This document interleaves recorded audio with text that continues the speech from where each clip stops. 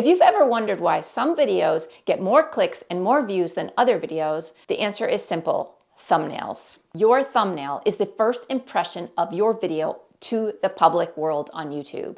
And if you don't get the thumbnail right, the chances of your video getting seen and watched are very low. So in this mini course on thumbnails, I'm going to break down what thumbnails are, why they matter, and how they impact your YouTube growth. Granted, thumbnails are not everything, but they are part of a really important triad: thumbnails, title, and topic. And those three things, when working together, can skyrocket your views on YouTube. But you must get thumbnails right in order to help you grow your YouTube channel. So if that sounds good to you, let's jump in. Hey there, I'm Alexis Saranoia. Welcome to my channel where I help new YouTubers to grow on YouTube. Okay, so first up, what is a thumbnail? The thumbnail is the visual preview of your video on the YouTube homepage. Think of it like a mini movie poster for your video. If you think about movie posters you've seen for movies or book covers on books, that is what a thumbnail's purpose is. Its purpose is to tell quickly what your video is about and grab the attention of the viewers passing by to get them to click into your video because it's something they're interested in. And why do thumbnails matter? Because they affect click-through rate. Click-through rate is the amount of times people click on your video versus how many times they are shown your video. If they click on your video 1 time out of 10, that means they are clicking on your video at a 10% click-through rate. That is an excellent click-through rate. We want to aim for 10% click-through rate. However, if your videos are getting less than 4% click-through rate, you'll want to improve this metric. And by improving your thumbnails and your titles and your topic will help you to improve that metric. But thumbnails play a big role in increasing your click-through rate. And why does click-through rate matter?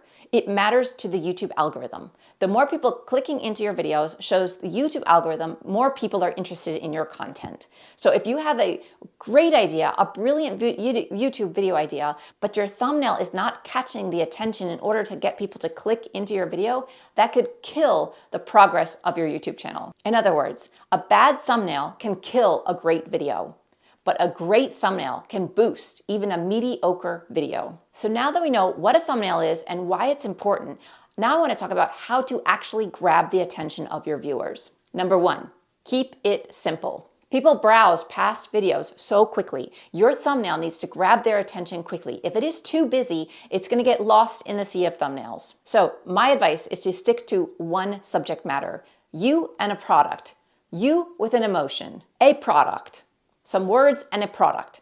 Very simple. Think very simple. And the reason you want to keep it simple is so that people, when they're scrolling so fast, can really understand what you're trying to say within a few seconds of looking at it. If there's so much stuff going on your thumbnail and they have to try to process it and figure it out, they're going to move on to the next one that is more simple for them. Number 2, use bold text or no text at all. If using text, make it big.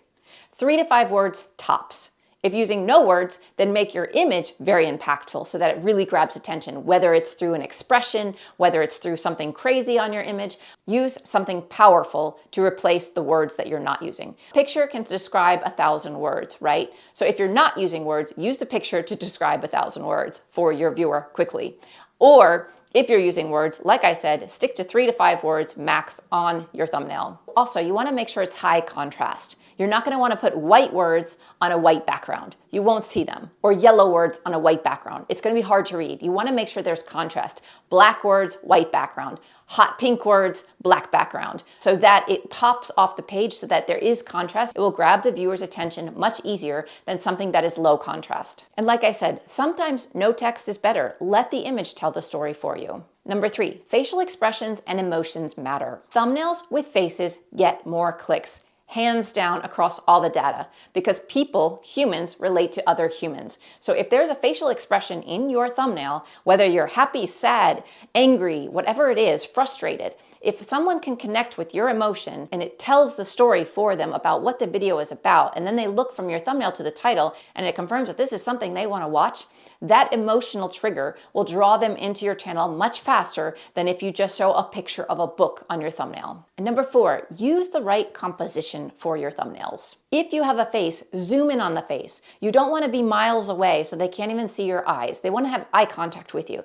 So zoom in the face, make it from maybe chest height up, and you want your eyes to be looking at the camera or looking at the viewer or looking at something you're discussing in the thumbnail. Like maybe you're holding a product and you're looking at it in shock, or you're looking at the viewer in shock and holding the product next to you. But you want to either engage with the viewer by looking at the camera when you take your thumbnail picture and showing your expression, or look at the object that you're interested in, and that will control the eye of your viewer on your thumbnail to go from you to the product and understand that you are shocked about this product in particular. And avoid clutter. That's another part of the composition. I would recommend you look up the rule of thirds when it comes to photography. The rule of thirds will really help you to get a great perspective on how to create your thumbnails and creating good balance in your thumbnails. And also, you want to leave some empty space around the text so that it doesn't get lost in whatever is behind the text. And if you have words on top of objects, those words are going to get distorted or lost or not seen very clearly. And you want everything to be as clear as humanly possible, because remember, people are scrolling very quickly through these thumbnails.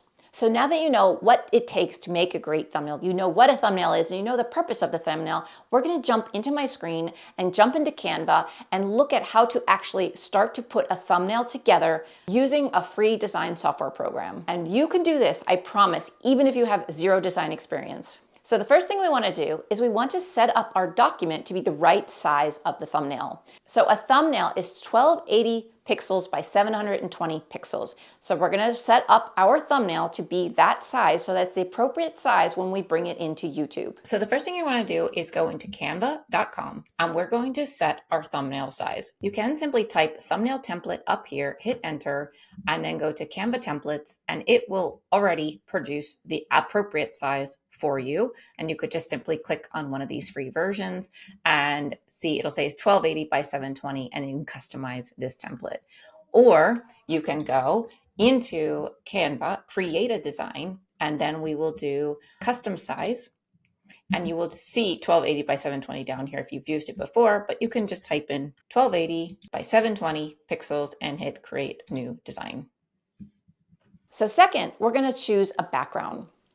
Your background can be simply a color gradient, a blurred background, or even a transparent cutout. Okay, so we're going to keep things simple, and we're just going to create a colored background. So what you do is you select the background and you hit this background color. It looks like a color wheel up here. So if you're not selecting the template itself or the artboard, it won't have that option. But as soon as you select the artboard, it'll give you the option up here to change the color. So simply go and find some color. So we can do maybe hot pink or a light pink, or you could do a color gradient. These are gradients. So gradients are also options that you can use if you want like a little bit more depth to the thumbnail. So it's not just all one flat color. So let's go ahead. I'm going to choose this one here, linear gradient for this kind of pinkish to yellowish color. Just to show you other options, if you want, you can also go look for things you could put in the background. So you could search elements. Let's say you want a rainbow background. You simply type rainbow up here, and then you look for rainbow backgrounds. You can do rainbow background. And then here we have all these. Anything with a crown is paid for, and anything without a crown is free. So you could say rainbow background, want graphics or photos or videos. Let's say it's also a pure graphics, photos or videos. I'm actually going to go for maybe photos could be cool. And I like this one. So now I could have this graphic background, and I would just need to drag these edges by hitting left mouse click and drag that out to wherever it is. Now my background is like this. So maybe I had an art channel and I want the thumbnail to be this rainbow background. So that is another option you could choose. You could also type in some other words. Let's say you wanted a forest scene background for your thumbnail. Click enter, and then you can go look through the photos and find a forest scene that appeals to you. Simply click on it, left mouse click, it'll pop it into the scene, and then you can scale it up to fit the size of your thumbnail. Now you have a background, that snowy forest scene. So you can decide what you want. And to get rid of that, you can just simply select it and hit delete on your keyboard, select it or hit delete up here with this trash can. And then if you want to get rid of this color of your background, you can simply go over here and choose white so that there is no background color. So that's how we set up the background. I'm going to do Control Z and get back to the rainbow. because I think that's quite fun. So the next step is to add a subject. So we have our background in, and now we want to add the subject. The subject could be a person, a face, a product, or something like that. For this tutorial, we're going to add in a face. And I'm also going to teach you how to remove the background so that you bring in just the person's face, because we want to make sure the subject stands out. So if you're bringing in an object, like a book, you want to remove the background of the book so you just see the book. If you want to bring in a person with a facial expression, you bring in just the person with their facial expression rather than all the background behind them. Okay, so now we're going to bring in an object like a person. You could bring in your own photos. So I have, if you go to uploads over here, you can upload files. So you can upload your own files. If you click on this, just go to wherever you have those files saved and then hit open, and it will upload it into Canva for you. I have a bunch of photos that I've taken of myself with different expressions that we could use. So this is a picture with no background, right? This was the original photo. If I brought that in on top of this, it doesn't work. It's like two different things. It's creating like a frame around this. But let's say I just wanted to bring myself in and add it on top of this rainbow color. Then I would need to just drag in me that has the background removed. You can, if you have the paid version in Canva, drag this in, put that in there, and then go to background remover. But as you notice, it has a crown. So you have to have the paid version of Canva to remove the background. So what I do instead is I go and do it on another website. But what I'm going to do is I'm actually going to grab an artist. So let's go to Pixabay, is one of the websites I use to grab different images I can use royalty free. So I'm going to look for artist. Let's find an artist that is... I'm going to say female artist or female painter, something like that. Hopefully it's not the painting a house. Okay, it is a lot of that, but let's see.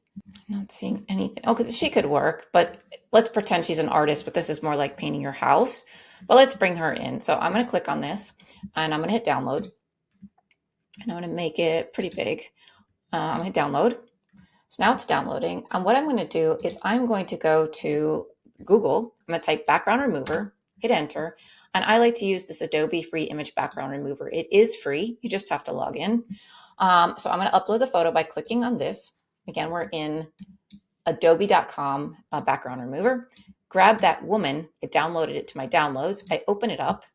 It's going to show the image while it's working to remove the background. So it's showing that, and now the background is removed and we just see the woman with the paint can. And I'm going to download this so now I can use it in Canva. So now that has downloaded to my files, I go back into Canva and I hit upload files. And I grab that Adobe Express file that was saved of just that woman with the paint can. And so she loads up here. I can click on her and bring her in. She might be quite small and become pixelated because she is so small, but we're going to scale her up as much as we can. And then we're going to put her maybe in this corner. So this is her painting and she's got this fun hat on. So it could be like maybe this could be a kid's painting channel or something like that. Now we have our subject placed on top of our background. So we'll go to the next step. Step 4 now is to add text and play around with fonts. We want to use bold and readable fonts.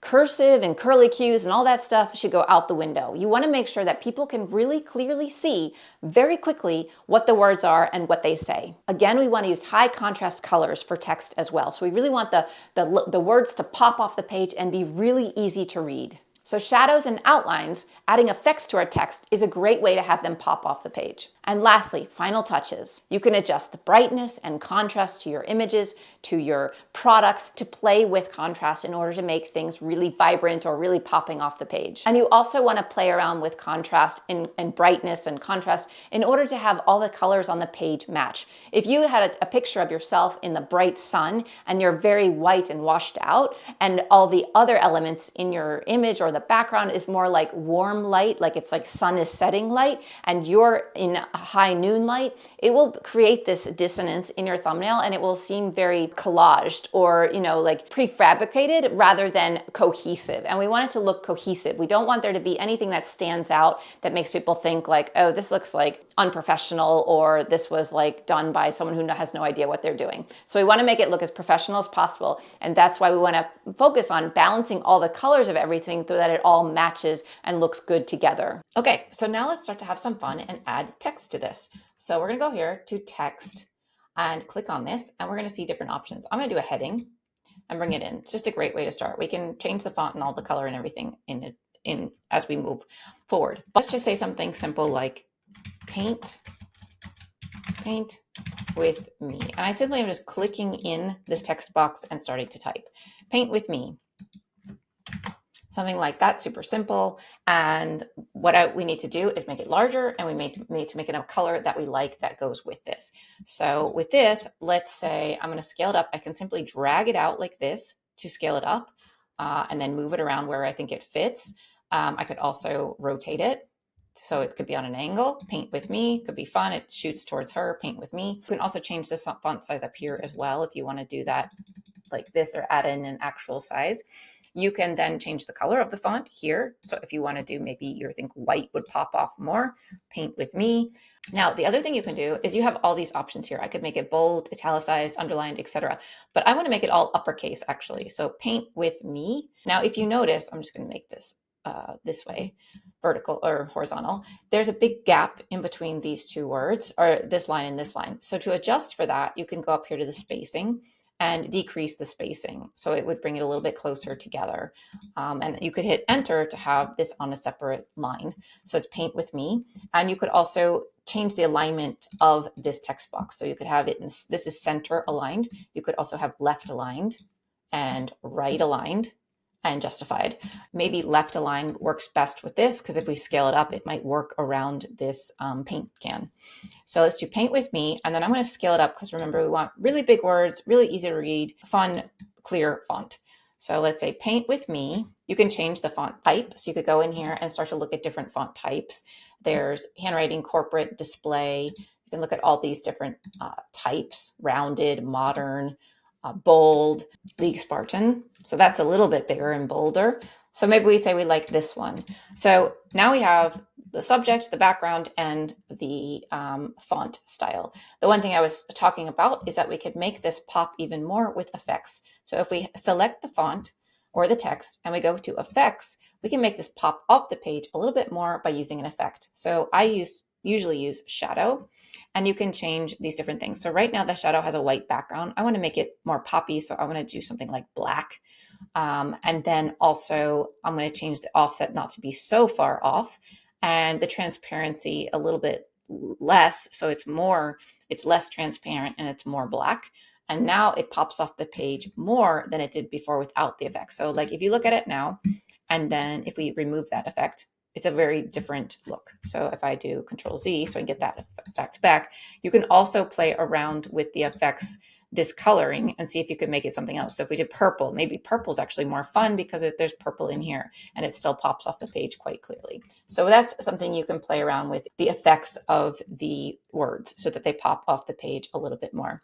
But now we have a pretty good setup for paint with me, a girl, and a colorful background to catch people's attention. And then lastly, you just want to maybe make a few copies of this and play around and make it even more simple. We're going to take the version we made and create a few more copies and play around with colors and see which one we like best. And in the end, we can also upload all three and see which one does best with thumbnail testing in our videos. Okay, so to make a few versions, you just simply click on this duplicate page and it will duplicate this art page. So let's do 2 different versions, or 3 different versions total. So the first thing I can do is I could just delete this background and put something else. Do I like this better, or do I like this better? And another thing you can do is scale it down. So thumbnails are quite small. So you could see, okay, which one pops off more? And I think this one might pop off more, but the words are getting lost in the yellow. So what I could do is actually reverse this gradient so that it's going in a different direction. So if we go over here to the gradient, we can actually change the location of the gradient. So I could put, maybe it's like this. So now the paint with me pops off a little bit more. Maybe I lower the words a little bit like that, something like that. So that could be another version. The thing that I noticed with this though, is she's quite dark and the background and the text is quite bright. So what we could do, I'm going to zoom in a little bit to show you this, is we can go into this picture, this image, and we can go to edit. And with editing, you can decide how bright or dark the color is. So for the temperature, maybe we want to make it a little bit more warm, but we also want to make it a little more bright. So now she looks like she relates to this background a little bit better than she did before because she was a little too in the shadows. So now it looks like it might pop off a little more. And if we zoom out, you can see how this looks like she's in the shadow and this she looks all bright. And I think I will have to shift her over a little bit. So there we go, paint with me. And I actually feel like, well, maybe this one could have bright yellow font or orange font. So let's go grab like an orange font. Nope, doesn't work. It doesn't, not contrasty enough. Red could work. It matches her red lips and the red paint can. So that could work. But I think the effect has now been changed. So we don't want the purple effect. So we go to the effect and we change this to maybe white. Then it pops off a little more. So this could be another version. And you just play around with it until you get versions that you like. I do feel like this red kind of clashes with this pink. So then I would want to maybe play with the background some more and maybe change the gradient to something else that's more maybe red-orange or something like that, right? Because we want all of the colors to really work together. And then I can go up in here and change the gradient up here to be a different location, or maybe it's like this, or maybe it's like this, or maybe it's like this. And we can just play around with that. And then maybe we realize, okay, maybe this text now could be yellow. So you just are simply kind of tweaking, playing around with things. Let me move this, it's in my way. Yellow, now it's a different one. And then again, I need to go change the effects because it had the white. And we could maybe make the effect something different. So we could change it to be black. There we go, paint with me. So maybe this is more fun. So we could decide which one we like. But again, I would go in and I would just edit this so that she looks like she matches the colors of this by going into adjust, changing the temperature a little bit, make her a little warmer, make her a little more bright and more happy, and then highlight her a little bit more, something like that. So those are the things you can start to play around with, changing the background, seeing which one has more appeal to you. And you can just have a bunch in a row that you are testing different things with to make sure that you like them, and compare and contrast, you know, the different ways that you can play around with this. You can even play around with different, you could put this like paint with me, like this, and you could also center the text. So you could just play with a ton of different things like this and try to figure out which one looks the best very quickly by making duplicates of the thumbnail. So there you have it. Now you know the what, why, and how of making thumbnails. I hope this was helpful for you. If you have any questions, let me know in the comments below. If you want to go deeper with me and you want to work with me directly, I offer coaching, both one-off, 1-hour coaching calls, and also a mentorship program. So if that's something you're interested in, there is a link in the description below on how to get in touch with me about those programs. I recommend checking out this video next, where I teach you how to create awesome titles for your videos, and I will see you there. Bye for now, and thanks for watching.